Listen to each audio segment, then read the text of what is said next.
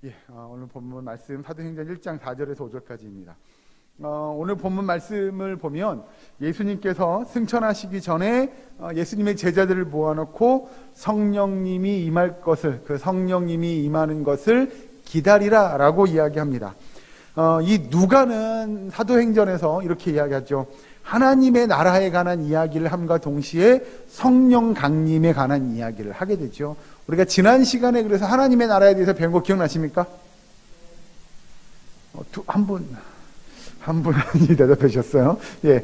지난 시간에 우리가 하나님의 나라에 관한 것들을 보았고, 오늘 누가가 오늘 이 사도행전 1장 4절 5절에서 이야기하는 과연 그러면 하나님의 나라와 성령은 어떠한 관계일 것인가에 대해서, 성령 강림의 의미는 도대체 무엇이고 성령님과 함께 성령님을 모시고 살아가는 건 도대체 어떤 거냐에 대한 내용들을 좀 살펴보려고 합니다. 여러분 잘 아시겠지만 구약 성경의 내용을 좀 보시면 구약 성경, 구약 시대 때 성령님이 활동을 하셨을까요? 안 하셨을까요? 그렇죠, 원사님. 정답입니다. 하셨겠죠. 예, 하셨겠죠. 구약 성경에도 성령님이 역사하셨을 겁니다. 그러면 왜 구약 시대에도 성령님이 역사 또는 활동하셨음에도 불구하고 예수님이 승천하시기 전에 지금 여기서 제자들에게 새삼스럽게 성령님이 이 땅에 임하실, 내지는 성령님이 강림하실 것을 여기서 이야기하고 있는가라고 하는 겁니다. 예를 들면 여러분들을 좀 코너로 몰고 가려고 합니다. 구약시대 때 성령님이 역사하지 않으셨다면, 성령님이 나타나지 임재하지 않으셨다면, 그래요, 예수님께서 오시고 난 이후에 야, 성령님이 이제 너희한테 올 거야 라고 하는 걸 이해할 수 있죠. 그동안 역사가 없었으니까, 일한 적이 없으시니까 이제 예수님께서 그래요, 내가 이제 왔다가 가면 성령이 올 거예요 라고 이야기하는 게 그래요, 이제 성령님이 이제 오시나요? 라고 하겠는데, 아니요, 성령님은 이미 구약시대 때부터 활동하시고 역사하셨어요. 그런데 왜 예수님께서 여기서 갑자기 이제 승천하시기 전에 야, 내가 가면 보혜사 성령이 올 거야 라고 이야기하시겠느냐 라고 하는 것이죠. 자, 구약 성경의 내용을 좀 보실까요, 여러분? 사무엘상으로 넘어갑니다. 오늘 성경 찾을 곳이 좀 많아서요, 손가락 껴주시고 사무엘상으로 넘어갑니다. 사무엘상 16장 13절 14절의 말씀을 봅니다. 사무엘상 16장 13절 14절 말씀. 제가니 성경은 구약 성경 434면에 있습니다. 사무엘상 16장 13절 14절의 말씀. 같이 한 목소리로 봉독합니다. 시작. 사무엘이 기름 뿔병을 가져다가 그의 형제 중에서 그에게 부었더니 이 날 이후로 다윗이 여호와의 영에게 크게 감동되니라. 사무엘이 떠나서 라마로 가니라. 여호와의 영이 사울에게서 떠나고 여호와께서 부리시는 악령이 그를 번뇌하게 한지라. 아멘. 여러분, 이 내용은 사무엘 선지자가 다윗을 만나서 다윗에게 13절에 기름 뿔병을 가져다가 그의 형제 중에서 그에게 부었더니, 여기서 그는 누구예요? 다윗에게 부은 거죠. 사무엘 선지자가 다윗을 만나서 그에게 기름을 부어줍니다. 그랬더니 그때 어떤 일이 일어나요? 여호와의 영에게 크게 감동되니라. 이건 굳이 부연 설명하지 않아도, 여기서 여호와의 영은 뭐죠? 성령님이죠. 즉 그렇게 사무엘 선지자가 와서 다윗에게 기름을 부었더니 성령이 누구에게요? 다윗에게 크게 어떻게 됐다고요? 감동되었다 라고 이야기하시죠. 그러니까 성령이 그에게 임했다라고 우리가 이해하면 될 것 같습니다. 사무엘 선지자가 와가지고 기름 부었더니 성령이 다윗에게 크게 임했다라고 이야기함과 동시에 읽은 14절은 어떻게 돼요? 여호와의 영이, 여기서 여호와의 영은 다른 말로 바꾸면 성령님이죠. 성령님이 사울에게서 어떻게 했다고요? 떠났다라고 이야기하죠. 이 잘 보시면 성령이 다윗에게는 임하는데 사울에게서는 떠나오죠. 이게 여러분 중요한 겁니다. 구약 시대의 그 성령의 역사는 이렇게 특정한 날에, 특정한 때에, 특정한 사람에게 특정한 일을 맡기기 위하여 성령님이 임하시는 경우입니다. 구약 시대는 그럽니다. 특정한 날에 특정한 사건을 이루기 위하여, 특정한 사람에게 성령님이 임합니다. 그리고 그 일을 그가 다 하고 나면 성령님이 어떻게 돼요? 네, 떠나간다고요. 그에게 맡겨진 일을 다 하고 나면 떠나간다고요. 에어컨 끄셔도 될 것 같습니다. 꺼주세요. 우리 권사님들 너무 좋아하셔요. 예, 성령님이 그를 떠나간다고요. 예, 이해되시죠? 예, 구약시대는 그런 특징적인 것들이 있었어요. 그러니 성령님이 일정 기간 동안 특별한 사람에게 특별하게 나타났다가 또 그 기간이, 그 시기가 끝나면 그 사람이 다시 떠나가요. 그 성령이 떠나가요. 그런 일들이 구약 성경에 등장하죠. 자, 여기서 잘 보시면, 그래서 구약 성경에 보면 지금 다윗이나 사울은 그의 직분이 뭐였어요? 왕이죠, 왕. 그러니까 왕의 직분을 다한 사람에겐 성령이 떠나가고, 이제 왕으로 새롭게 세워진 사람에겐 성령이 임하고, 그렇죠? 그러면 왕만 그랬냐? 특별한 사람들, 여러분 우리가 지금 수요 예배 때 사사기서를 보는데 사사기서에 등장하는 사사들도 하나님께서 그 사람을 사사로 이렇게 들었을 때 그에게 뭘 주냐면 성령님을 보내주죠. 그래서 그가 성령의, 하나님의 영에 감동되게 되면 아주 놀라운 역사들을 그가 이루어가는 것들을 우리는 볼 수 있죠. 그래서 구약 성경에 보면 왕, 제사장, 선지자 또는 사사, 이런 사람들이 성령에 감동돼서 하나님의 놀라운 기적과 같은 일들을 이루어감을 알 수 있죠. 그러니까 이건 특별한 때에 특별한 사람에게 특별하게 성령님의 임재의 역사가 나타나더라라는 거죠. 자, 또 한 군데 성경을 보죠. 시편으로 넘어갑니다. 시편 51편의 말씀을 봅니다. 시편 51편 11절에 있는 말씀 봅니다. 시편 51편 11절, 구약성경 839면에 있습니다. 시편 51편 11절 말씀, 같이 한 목소리로 봉독합니다. 시작. 나를 주 앞에서 쫓아내지 마시며 주의 성령을 내게서 거두지 마소서. 아멘. 이거 누가 한 말일까요? 예, 다윗이 한 말입니다. 지금 사무엘이 기름 부을 때 성령의 역사가 다윗에게 임했는데, 그때 그 이후로 다윗이 한참 시간이 지난 다음에 다윗도 걱정하는 거죠. 자기의 불신앙으로, 자기의 잘못을 인하여 혹시라도 행여라도 누가 떠날 걸 걱정해요? 예, 성령님이 떠나가실 걸 걱정해요. 그래서 방금 읽은 시편 51편 11절에 나를 주 앞에서 쫓아내지 마시며 주의 성령을 내게서 거두지 마소서라고 그가 기도하는 거죠. 간구하는 겁니다. 그러니 성령의 역사는 구약 성경에 보면 그렇게 임했다가 떠나가는 역사가 성령님의 역사하심이죠. 그러니까 일명 이걸 정리하자면 성령님이 제한적으로 그렇게 역사하시던 일들을 우리는 알게 되죠. 그런데 이제 본문으로 다시 넘어와서 사도행전으로 넘어오면, 사도행전 1장 4절에 보면 사도와 함께 모이사 그들에게 분부하여 이르시되 예루살렘을 떠나지 말고 내게서 들은 바 아버지께서 약속하신 것을 기다리라. 요한은 물로 세례를 베풀었으나 너희는 몇 날이 못되어 성령으로 세례를 받으리라 라고 예수님께서 말씀하심을 누가가 기록하고 있는 거잖아요.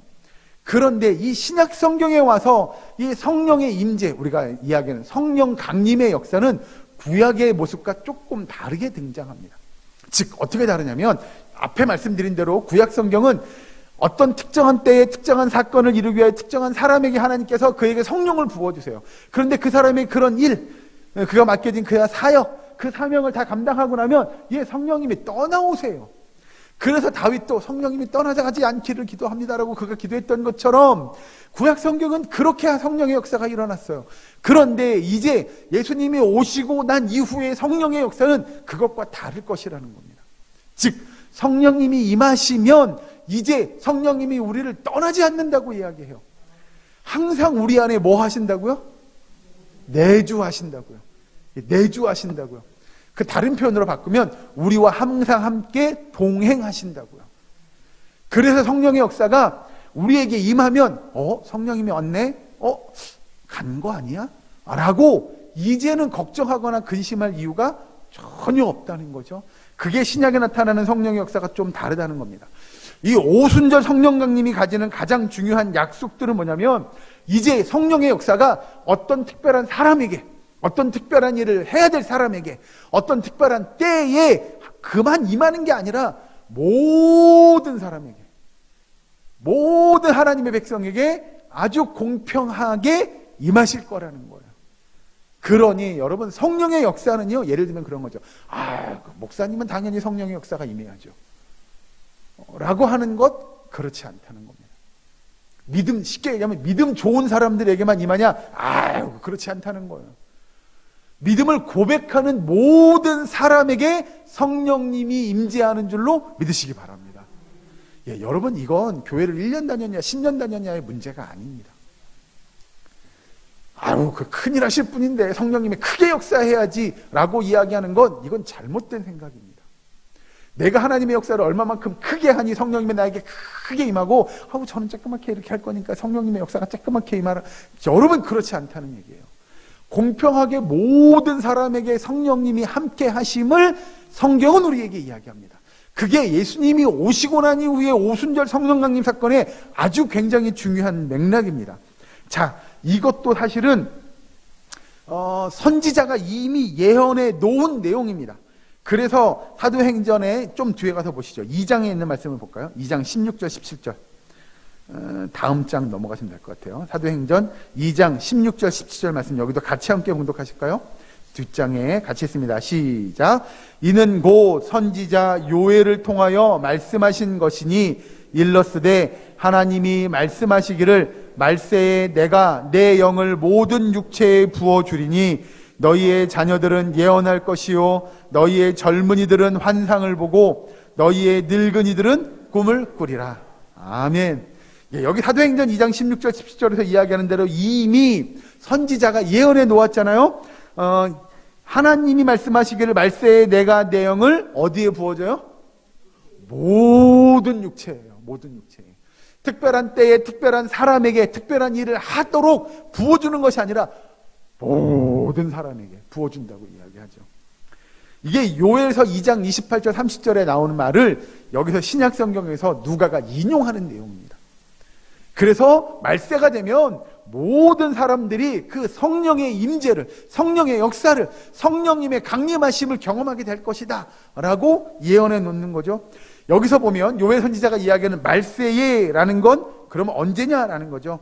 우리가 그런 말씀하잖아요. 여러분, 이 말세라는 단어를 이해하려면 여러분들이, 지금 저와 여러분들이 살아가는 이 시대를 우리는 뭐라 그래요?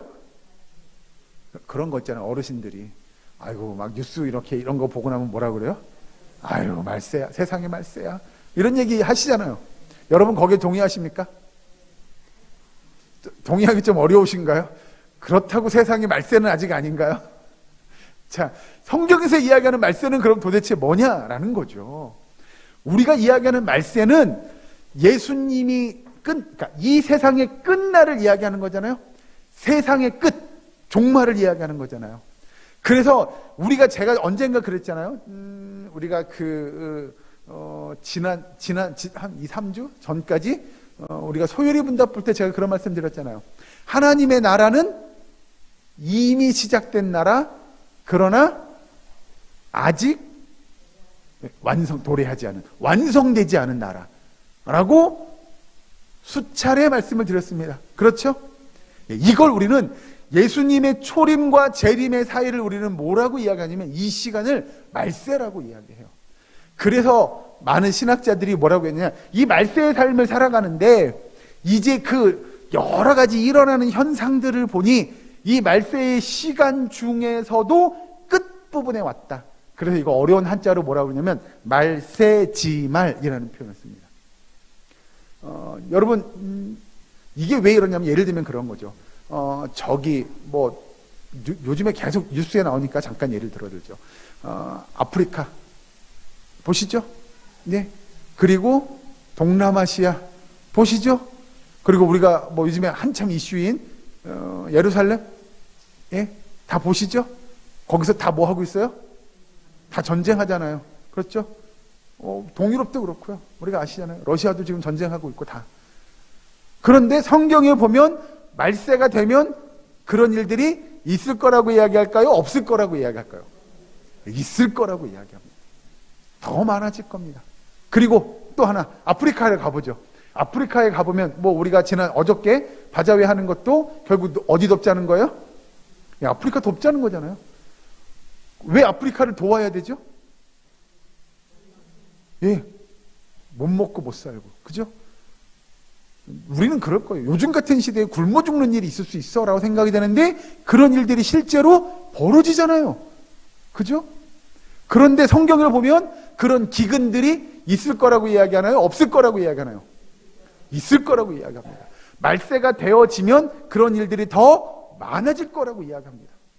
그러니 여러분, 우리가 그런 현상들을 바라보면 어떻게 돼요? 정말로 지금 우리가 살아가는 이 시기가 무슨 시기예요?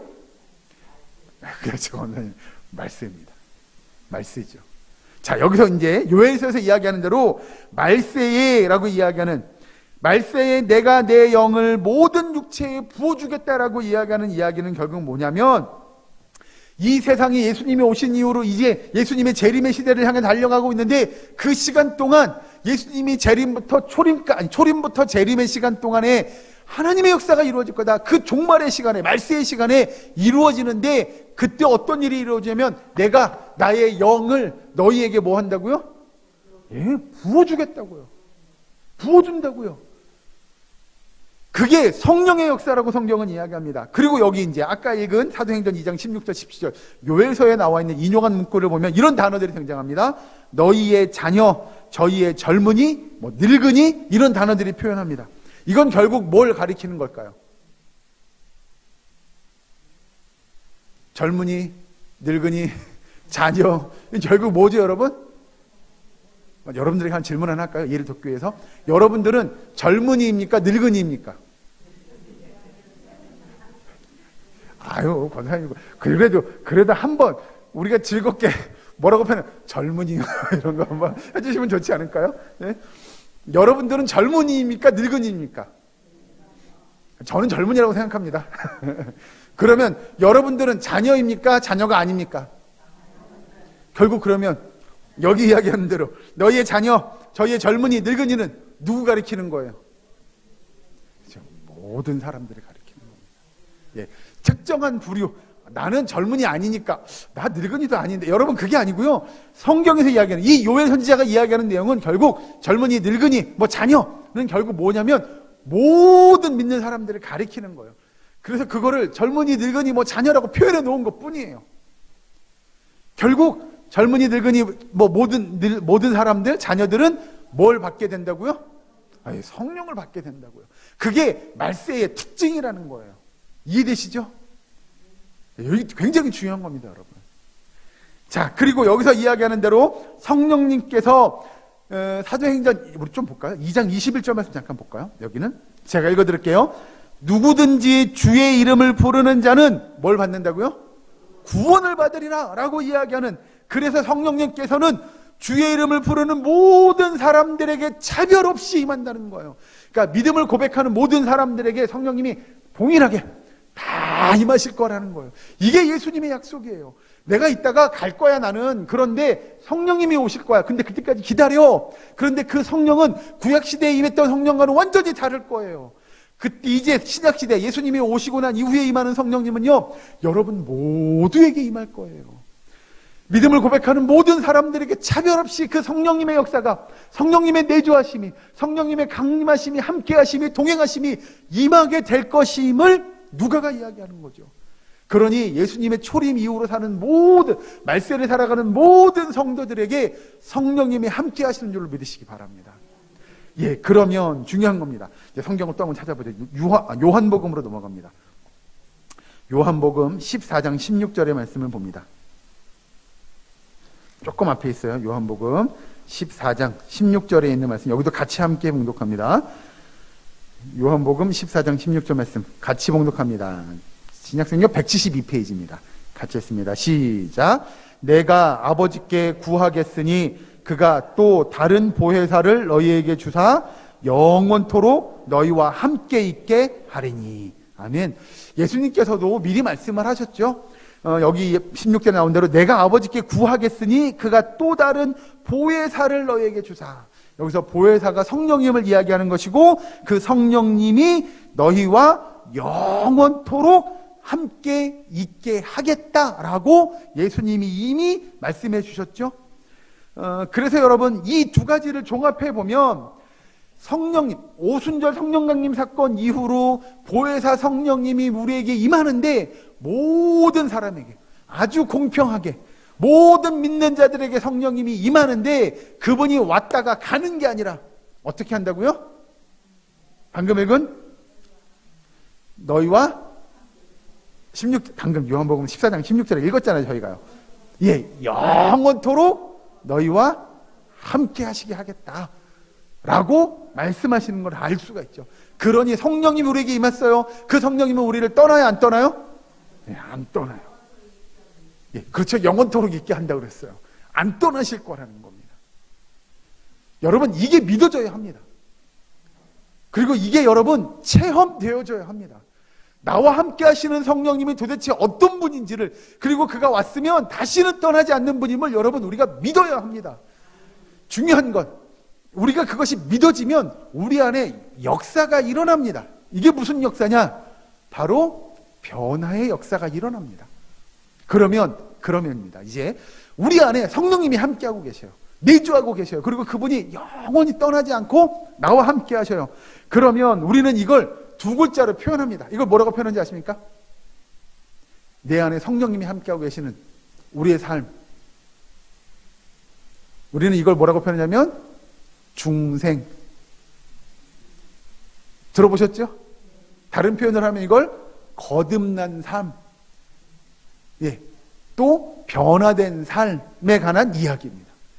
그래서 성령의 역사가 일어나는, 우리 안에 성령님의 역사가 있는 삶을 사는 사람들은 이제 죄와 사망의 권세 아래 잡혀 있다가 이제 누구와 함께하는 삶이에요?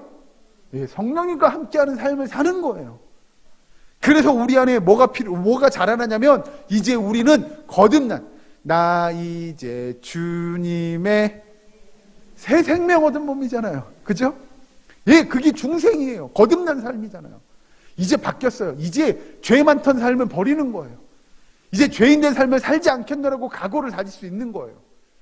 그런 우리에게 하나님께서 그 중생의 삶을 살게 하시죠. 자, 성경을 한 번 더 찾아봅니다. 고린도전서로 넘어갑니다. 우리 이제 뒤로 넘어가셔서 고린도전서 12장에 있는 말씀 봅니다. 고린도전서 12장 3절에 있는 말씀.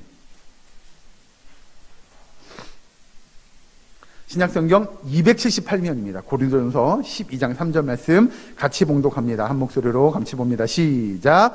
그러므로 내가 너희에게 알리노니 하나님의 영으로 말하는 자는 누구든지 예수를 저주할 자라 하지 아니하고 또 성령으로 아니하고는 누구든지 예수를 주시라 할 수 없느니라. 아멘.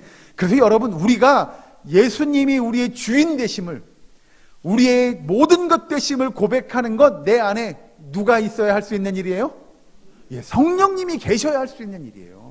예수님이 우리의 주인 되시고 우리의 구원자 되시고 메시아 되십니다라고 고백할 수 있는 건 내 안에 성령님이 함께하지 않으면 고백할 수가 없는 거죠.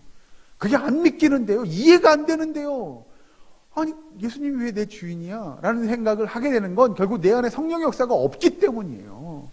여기서 이야기하는 대로, 방금 고린도전서 12장 3절에 이야기하는 대로 내가 너에게 알려니 하나님의 영으로 말하는 자는 누구든지 예수를 저주할 자라 하지 아니하고 또 성령으로 아니하고는 누구든지 예수를 주시라고 할 수 없느니라 라고 이야기하는 그 믿음의 고백이 있다면 우리 안에 누가 계신 거예요? 성령님이 계신 거예요. 그래서 우리의 삶은 이제 새 생명으로 변화된 거듭난 삶을 살 수 있다고 성경은 이야기합니다. 자, 그래서 우리 안에 성령님이 함께 계시다고 한다면 우리에게 그 성령이 내주하시는 일종의 결과 또는 반응들이 나타난다는 겁니다. 이게 다시 말씀드리면 이전에 우리가 죄의 종노릇하던, 죄에 속해 있던 우리가 이제 성령과 함께함으로 새 생명을 얻었어요. 중생, 거듭난 삶을 살게 됐어요. 그러면 마땅히 그런 사람들에게 나타나는 삶의 모습들 또는 결과라고 할 만한, 반응이라고 할 만한 것들이 나타난다는 거죠. 성경을 한번 찾아봅니다. 갈라디아서로 넘어갑니다. 갈라디아서 5장 22절 23절의 말씀을 봅니다. 제가 이 성경은 308면입니다. 308면, 309면 이쯤에 있습니다. 갈라디아서 5장 22절 23절 말씀 여기 같이 함께 봉독합니다. 시작. 오직 성령의 열매는 사랑과 희락과 화평과 오래 참음과 자비와 양선과 충성과 온유와 절제니 이 같은 것을 금지할 법이 없느니라. 아멘.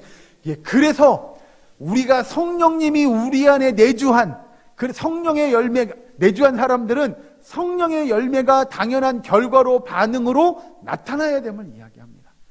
그래서 성도는 거듭난 삶, 중생의 삶을 사는 사람들에게 있어서 여기 지금 방금 이야기한 성령의 열매들이 우리의 삶의 모습들로 나타나져야 돼요. 다시 보시면 오직 성령의 열매는 사랑과 희락과 화평과 오래 참음과 자비와 양선과 충성과 온유와 절제라고 하는 열매들이 우리의 삶에서, 여러분의 삶에서 주렁주렁 가득 맺히기를 주의 이름으로 간절히 축원합니다. 예, 여러분, 그래서 내 안에 성령님이 내주하셔요, 함께 하셔요, 이런 열매들이 나타나야 됩니다. 그래서 성도의 삶은 이런 열매의 결과들을 나타내는 삶이에요. 그래서 사랑이, 온유와 충성과 절제와 뭐 이런 것들이 우리 삶에서 나타나져야 돼요. 그래서 우리 안에서의 그 놀라운 역사들이, 성령님이 나와 함께 하시는 일들이 이런 열매들로 결실되어져야 함을 성경은 이야기합니다.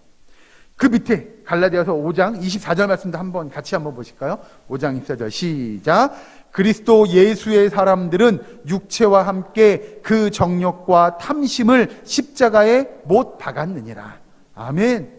예, 그래서 여러분, 우리가 이런 성령의 열매들을 주렁주렁 맺으려면 뭘 해야 하냐면 육체의 정욕을 어떻게 해야 돼요?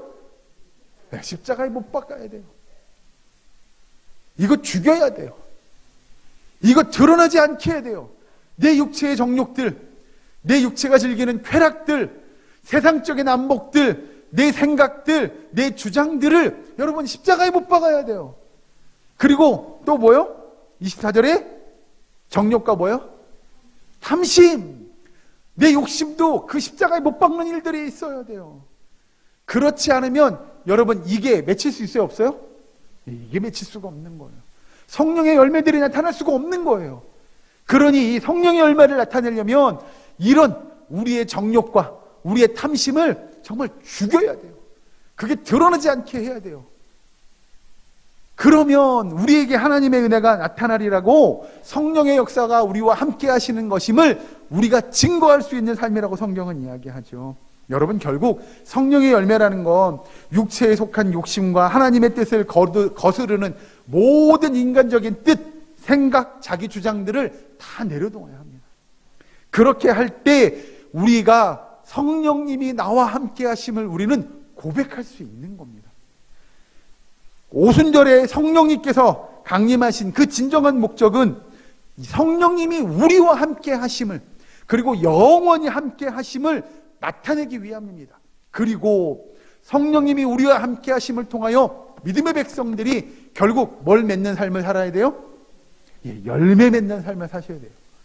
성령의 열매를 맺는 삶을 살아내셔야 돼요. 그것이 오순절 성령 강림 사건이 가지고 있는 의미와 목적입니다. 오늘을 살아가는 저와 여러분에게 성령님이 동일하게 임하는 줄로 믿으시기 바랍니다. 그 성령님이 우리 안에서 살아 역사하시기를 주의 이름으로 간절히 축원합니다. 그리고 그 성령님과 함께 동행함으로 여러분 성령의 놀라운 역사들, 그 열매들을 맺어가는, 또 이루어가는 예사랑교회의 모든 권속들 되시기를 주의 이름으로 간절히 축원합니다. 한 가지만 여쭤보고 질문하고 말씀을 마치겠습니다. 언제까지요? 영원토록. 영원토록입니다. 이렇게 정리할 수 있지 않을까요? 죽기까지, 죽도록. 그렇죠. 그때까지 여러분 정말 성령의 열매를 맺고 주님과 성령님과 동행할 수 있는 그런 믿음의 모습으로 이 땅에서의 삶을 경주할 수 있는 저와 여러분, 우리 예사랑교회의 모든 권속 되시기를 주의 이름을 간절히 축원합니다. 기도하겠습니다. 사랑가리 하나님, 감사합니다. 죽기까지 영원토록 성령의 열매 맺는 삶을 살게 하시고 내 안에 내주하시는 성령님과 교제하며 함께 하나님의 영광을 나타내는 저희들 되게 하여 주시옵소서. 아버지, 우리의 사랑교회 모든 권속들에게 이번 한 주간도 성령님이 내주하심을 알게 하시며 성령의 그 열매들을 열심으로 맺어가는 주의 백성들 되게 하여 주시옵소서. 우리의 삶 속에서 주님과 함께 동행하고 함께함을 깨달아 알게 하시고 정말로 중생된 거듭난 삶을 이루어갈 수 있는 우리의 사랑교회의 모든 권속들 되게 하여 주시옵소서. 예수님의 이름으로 기도하옵나이다. 아멘.